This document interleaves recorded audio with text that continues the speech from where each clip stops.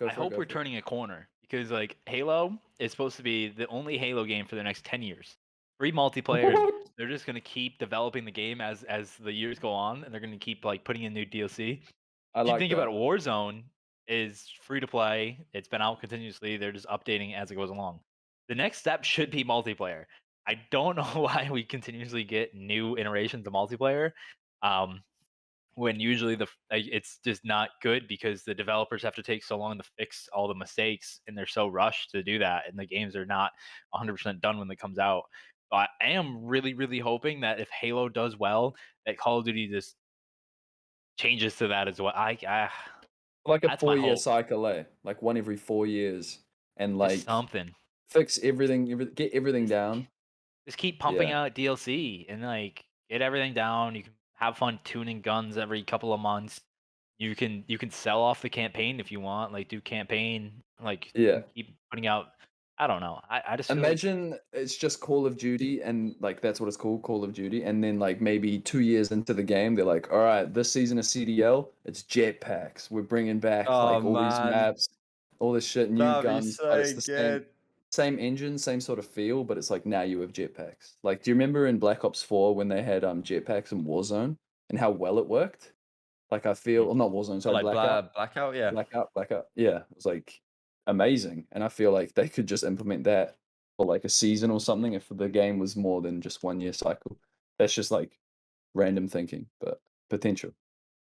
I mean, I think Austin's, you're right. Like, I don't know if they won't readily go away from the year-on-year pump it out model. Like, it's going to take something pretty severe, I think, for them to do that, just because the cash they make. But it must be said, to be fair, that like Vanguard year-on-year sales are down like way below what they were last year. And I imagine the reason for that is probably because a lot of the casual players, they just want to play Warzone. So like they're not going to buy the new COD because there's no point. Like they might, they're going to get their casual play fix from playing Warzone rather than needing regular Vanguard multiplayer. So that makes me think, okay, cool, like that's fine. They can make their money through microtransactions in Warzone.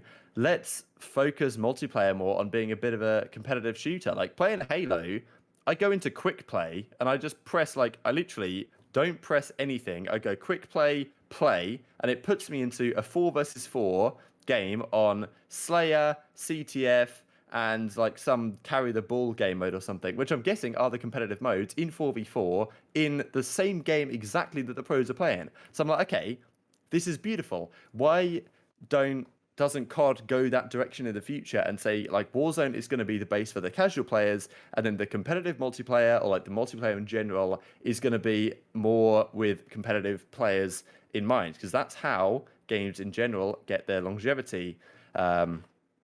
It's As the we've hardcore fan seen, base. as we see everywhere, right? Like Halo clearly telled it in that way. Like Counter Valorant, Strike, CS:GO. Valorant, Yeah. all these games, they get their, they retain their users over time because retain their players over time because they love the game and they want to improve in the ranking stuff. Like everyone who plays CS is playing ranked, like it's playing matchmaking. Like everyone who plays it, and there's millions of people who play it on a weekly basis. I put COD in like the same sort of circle as like Madden and like sports games that come out every year, as opposed to games like Valorant or CS:GO, where it's like highly competitive and that's what it's focused on. Yeah, Definitely more just about the sure. player base and getting as many people as possible, as opposed to generating a perfect ranked experience, which I feel like is a step that they're not willing to take here until they see such a massive drop in their like multiplayer numbers. So that might be like a few years away, but I feel like that will happen at some point because that's an area they haven't tapped into yet. And like they haven't even taken that chance. So it's once they like maybe once Warzone dies off, they'll put ranked first and it'll become that sort of, Valorant, League of Legends, competitive and mind We'll game. see. So there's that as well. And yeah, the last thing I guess we could just touch on this, right? Like as a Challengers player, is it actually better to switch to Halo? Because like I've been covering a bit of Valorant stuff lately, and it's been a big discussion there, especially if you're a North American CS player. Do you switch to Val? Is that where the future is? That's certainly where more of the money is right now in the North American scene. But then you've actually got, after this most recent major, a lot of organizations want to get back into CS. There's some players that actually want to go the other way. They go back to CS. And some people were saying that actually that's kind of a relatively healthy ecosystem that you've got players that are obviously good at both that can kind of, depending on the situation, can swap between the two. Maybe they get an offer in Valve, maybe they get an offer in CS, and they kind of go back between the two of them.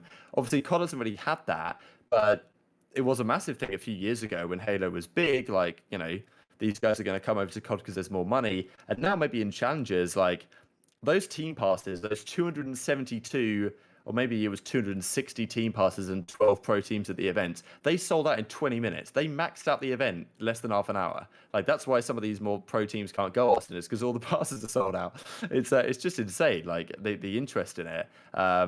And like they've got crowdfunding. We didn't even mention the crowdfunding today, but I saw a tweet today that said that I'm pretty sure the prize pool, maybe this is the entire season prize pool, but there's going to be $3 million in there from Microsoft, I guess, or like from whoever's putting up the money, plus crowdfunding on top of that. So every single esports skin that's being bought is contributing to the prize pool. Like there's going to be a lot of money involved there. Like they're doing things right that we haven't had in COD. And at the end of the day, there might be more money to be won by going to these tournaments as an open team. Like, let's say you are an open team, but you're trying to make it in Halo, and you can get noticed and build you out the ranks, and you can actually make it through the brackets. And it might be more fun to play, frankly, if you are a challenger player having a tough time in COD. Like, maybe that's the thing for the next couple of years, that Halo is going to be a serious competitor. I doubt, frankly, that Halo maintains its longevity. I think that is one of the benefits of having a new COD every year. Like, even though it's not great for like the players, it does at least generate interest. Like, if we got saddled with a bad game for many a year, it would be tough.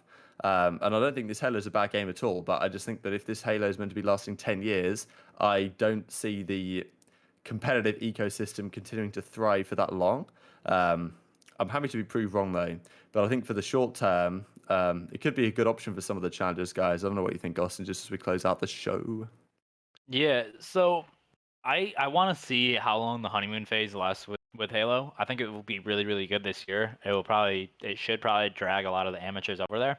But honestly, without a BR, I don't know, because like the reason why I'm so bullish on Call of Duty still is because we have a BR that is highly successful, that brings in millions of dollars every day, like millions every single day, which will always keep the money flowing into Call of Duty, which will make our league have money. Like there's a lot of money in the league right now, and it's going to stay that way with how Warzone is right now. I don't like. I saw this in the chat. I don't think franchising is killing the competitive scene. I don't think that at all. I think franchising was going to be better for the long run for the tier 1, and once it's built out, the tier 2 scene. Halo with the open system is better for the tier 3 tier, like this open. It's just better for everyone else on that front. But I just don't know if the money will be there in the long run for them. If the day they do drop a BR is going to be the day that Halo will probably start leaning towards the better option for competitive players, because unfortunately, like right now, the healthiness of a esport is highly linked to the number of players on the game. So like CS and Valorant right now, there's a ton of players playing that daily, which means there's a ton of skins being bought daily, which funds the developers, which is able to be put back into the prize pool. So 343 it's a big studio, but it's not the biggest studio out there. So it will be interesting to see, as you said, like how many players are honestly keep playing this, because once this opening week or 2 weeks is done, all the streamers and stuff are going to move on, right? They're not going to be playing that game just to play multiplayer. That's not keeps their viewers engaged. Like a BR is what keeps viewers engaged, which makes content creators come.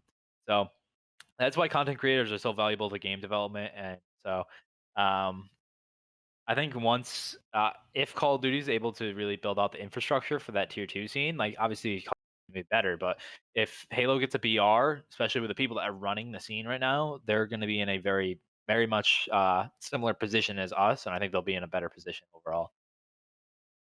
Yeah, I feel like the only way, unless like not having a BR, is if their ranked play completely blows up, and I feel like that just isn't going to happen because it's just Halo.